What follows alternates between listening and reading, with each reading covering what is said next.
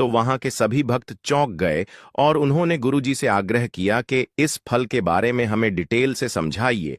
तब गुरुजी ने उन्हें क्या क्या बताया वही मैं इस वीडियो में आप सभी भक्तों को समझाने की पूरी कोशिश करूंगा। अगर आपको यह वीडियो पूरा देखना है तो ही आप इस वीडियो में रुकिएगा, अन्यथा आप अभी यहां से जा सकते हैं। वीडियो को छोड़कर भक्तों कहा जाता है कि जिस व्यक्ति के पास इसका छोटा सा टुकड़ा भी हो तो उसकी पूरी जन्म जन्मांतर की गरीबी दूर हो जाती है, इतना धन उनके घर में बरसता है। भक्तों, इसके बारे में एक और चीज कहा जाता है कि भगवान विष्णु जी और माता लक्ष्मी जी का स्वयं स्वरूप है। यह फल मैं बात कर रहा हूं गूलर के फल के बारे में। अगर कोई व्यक्ति इस फल को अपने घर में विधिवत लेकर आ जाता है और तिजोरी में रख लेता है तो उसके पास कभी भी धन की कोई कमी नहीं आएगी, क्योंकि इस फल में साक्षात भगवान विष्णु जी वास करते हैं। इसके बारे में बहुत ही कम लोग जानते हैं कि इसे वरदान की प्राप्ति है, क्योंकि ऐसा कहा जाता है कि जब तक किस्मत का साथ ना हो तब तक कोई भी व्यक्ति सफल हो ही नहीं सकता। लेकिन जब किस्मत का साथ होता है ना, तो सोते हुए व्यक्ति की भी लॉटरी लग जाती है। ये जो किस्मत का खेल बताया गया है वही किस्मत का ताला है, ये गूलर का फल। आज के इस वीडियो में मैं बहुत खास चीज आपको बताऊंगा जो कि गुरुजी ने बताई है, इसीलिए इस वीडियो को शुरू से अंत तक पूरा जरूर देख लीजिएगा। अच्छी किस्मत के लिए तो आपको इस वीडियो को देखना ही पड़ेगा। और साक्षात भगवान विष्णु जी का वरदान मां की वजह से गूलर के पेड़ पर और माता लक्ष्मी जी स्वयं विराजमान करते हैं, इसलिए इसके पीछे जो कहानी है वो मैं आप सभी को बताता हूं, जो कि बागेश्वर धाम सरकार में गुरुजी ने बताई है। भक्त प्रहलाद को बचाने के लिए जब भगवान विष्णु जी ने नरसिंह अवतार लिया और हिरण्यकश्यप का वध किया था, तो वह वध उन्होंने अपने नाखूनों से किया था। वध करने के बाद जब भगवान नरसिंह के नाखूनों में खुजली होने लगी तो इस खुजली को शांत करने के लिए, मिटाने के लिए भगवान नरसिंह ने छुपा दिया था। चुभन के कारण भगवान नरसिंह की खुजली तो समाप्त हो गई, लेकिन गूलर वृक्ष को अत्यधिक पीड़ा और दुख सहना पड़ा। इस पीड़ा के कारण गूलर वृक्ष में कष्ट ही कष्ट भर गए। तब गूलर वृक्ष ने भगवान नरसिंह से विनती की, प्रभु, आपने अपनी नाखूनों की खुजली तो मिटा ली, लेकिन मेरे कष्टों को बढ़ा दिया, अब मेरे साथ क्या होगा? तब भगवान नरसिंह ने उसे वरदान स्वरूप कहे, आज से मैं और माता लक्ष्मी तुम्हारे अंदर ही वास करेंगे, और जो भी व्यक्ति तुम्हारे फल को अपने पास रखेगा वह कभी भी गरीब नहीं होगा, वह व्यक्ति धनवान बनता ही चला जाएगा। इसलिए ये गूलर का वृक्ष बड़ा ही रहस्यमय है। दोस्तों, इसके अंदर कई सारे रहस्य जो है वो गुप्त रूप से छिपे रहते हैं। कहा जाता है कि गूलर के फूल बड़े ही चमत्कारी होते हैं और इन्हें कुबेर देव की संपदा माना गया है। इसलिए गूलर के पेड़ के जो फल होते हैं वो हमेशा विशेष समय यानी सीट के समय ही खिलते हैं, और वो भी रात में ही मिलते हैं ताकि वे स्वर्ग लोक तक पहुंच सकें। इसी कारण आज तक किसी ने गूलर का फूल नहीं देखा। ऐसा वृक्ष आपने पहले कभी नहीं देखा होगा जो जमीन के ऊपर हो लेकिन उसके फूल न दिखें। इसकी खास बात यह है कि इसके फूल कभी भी जमीन पर नहीं गिरते, ये बात ध्यान में रखें। दोस्तों, गूलर के फूल कभी भी धरती पर नहीं गिरते हैं। दोस्तों, आपको कोई ऐसी मनोकामना हो जो काफी लंबे समय से आपकी जो है पूरी नहीं हो रही है, अपने कई तरह से प्रयास कर लिया लेकिन आपकी वो मनोकामना पूर्ण नहीं हो रही है, तो ऐसे में आपको गूलर को, जो गूलर का वृक्ष होता है, उसकी सहायता से आप अपनी हर मनोकामना को पूर्ण कर सकते हैं। अब मैं जो आपको उपाय बताने जा रहा हूं, मुझे उम्मीद है कि आप सभी को उपाय बहुत पसंद आया होगा और हर कोई इस उपाय को अवश्य करेगा। मैंने पिछले जो वीडियो बनाई थी गूलर के पेड़ के बड़े में, वह आप सभी को इतनी पसंद आई, उसके लिए आप सभी का दिल से धन्यवाद। अभी तक कई लाखों लोगों ने उस फल के बारे में जो जानकारी प्राप्त की उसका लाभ उठाया है, और मुझे उम्मीद है कि आज मैंने जो आपको यह जानकारी दी है वह भी आप सभी को बहुत पसंद आई होगी। तो बिना देर किए मैं आप सभी को बताता हूं कि वह उपाय क्या है। बहुत ध्यान से सुनिएगा। एक लाल कागज लीजिए और उसके बाद आपको गूलर की टहनी को तोड़ करके अपने घर लाना है, और उसमें से जो दूध जैसा निकलता है, इस दूध से लाल कागज पर अपनी मनोकामना लिखनी है। उसके बाद घर के मंदिर में भगवान विष्णु जी के चरणों में आप इसे रख दीजिए और एक घी का दीपक भी वहां जरूर जला दीजिएगा। इसके बाद अगले दिन उस कागज को आप जला दीजिए। जलाने के बाद जो रख बनेगी उस राख को कटोरी में लेकर इस गूलर के वृक्ष की जड़ में आप डाल दीजिएगा। ये उपाय करने से आपकी जो भी वर्षों पुरानी मनोकामना है वो 101% पूरी हो जाएगी। दूसरा जो उपाय है वह भी ध्यान से सुनना, खासकर जिनके पास दुकान है या व्यापार है, व्यापार नहीं चल रहा है, उनके लिए उपाय है ध्यान से सुनना। गूलर के वृक्ष के 2 फल आपको लाने हैं और 2 फल लाकर लाल कपड़े में बांध दीजिए और उसे शुक्रवार के दिन दुकान के बाहर गेट पर लटका दीजिएगा। अगर किसी आने जाने वाले व्यक्ति की नजर ना पड़े, इस तरह से आपको उसे लटकाना होगा और फिर देखिएगा आपकी दुकान कैसे दिन दुगनी रात चौगुनी तरक्की करती है। अगर आप नौकरी की तलाश कर रहे हैं और आपके पास नौकरी नहीं है तो बस केवल इतना आपको करना है कि गूलर के फल को अपने साथ हर समय रखना है। जहां भी जाएं उसे लेकर जाए। जैसे इंटरव्यू देने, एग्जाम देने जा रहे हैं तो उसे बस आपको साथ में लेकर जाना है। और एक बात का ध्यान रखना है कि जब वो फल खराब हो जाए तो उसे इधर उधर ना फेंके, बल्कि उसके पेड़ के पास जाकर वहीं जड़ में ही उसे डाल दीजिएगा। इस फल को केवल अमावस्या और पूर्णिमा के दिन ही आपको तोड़कर लाना है। इस चीज का खास ध्यान रखिएगा कि केवल अमावस्या और पूर्णिमा के दिन ही आप तोड़े, तभी एक अपना कार्य करेगा। इससे आपकी हर तरह की मनोकामना जल्दी ही पूर्ण हो जाएगी। मुझे उम्मीद है कि आप सभी को गूलर के फल का यह उपाय बेहद पसंद आया होगा। भक्तों, इस वीडियो में हम बात करने वाले हैं अगले महाशक्तिशाली धन प्राप्ति उपाय के बारे में।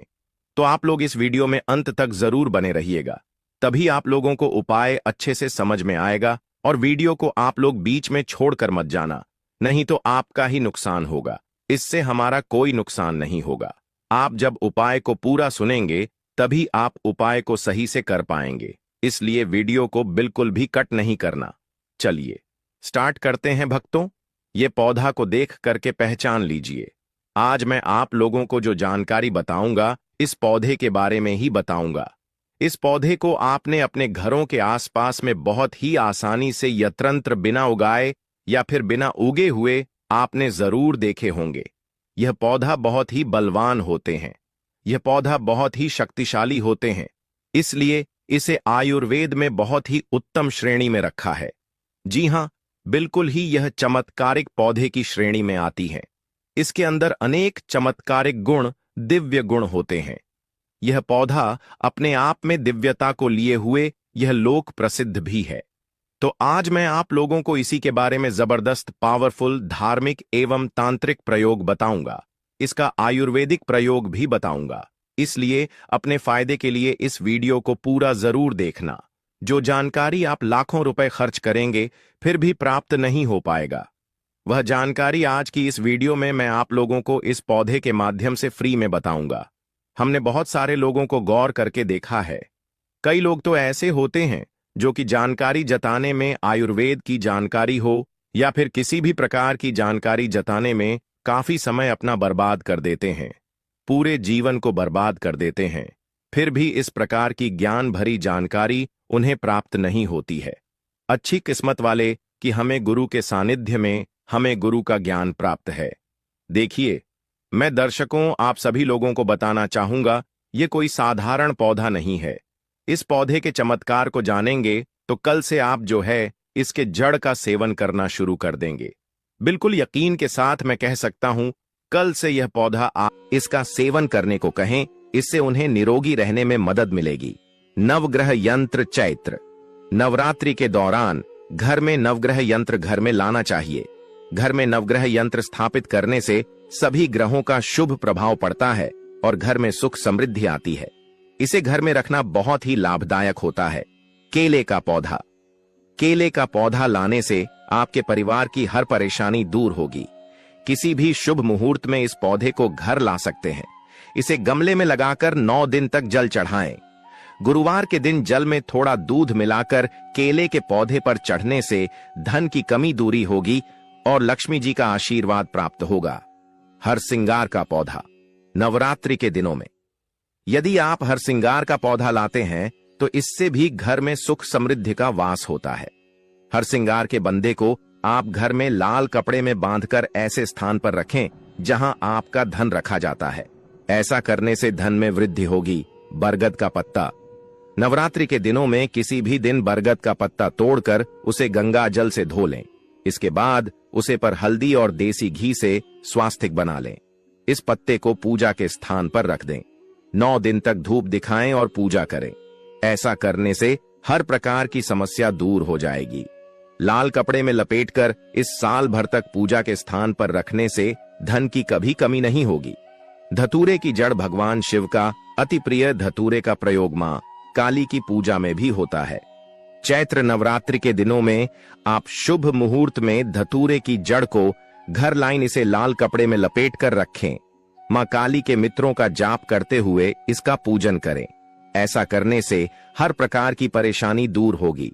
शंख पुष्पी की जड़ नवरात्रि के दिनों में शंख पुष्पी की जड़ घर में लाइन इसे चांदी के डिब्बे में रखकर उसे स्थान पर रखना है जहां आप अपना रुपया पैसा रखते हैं।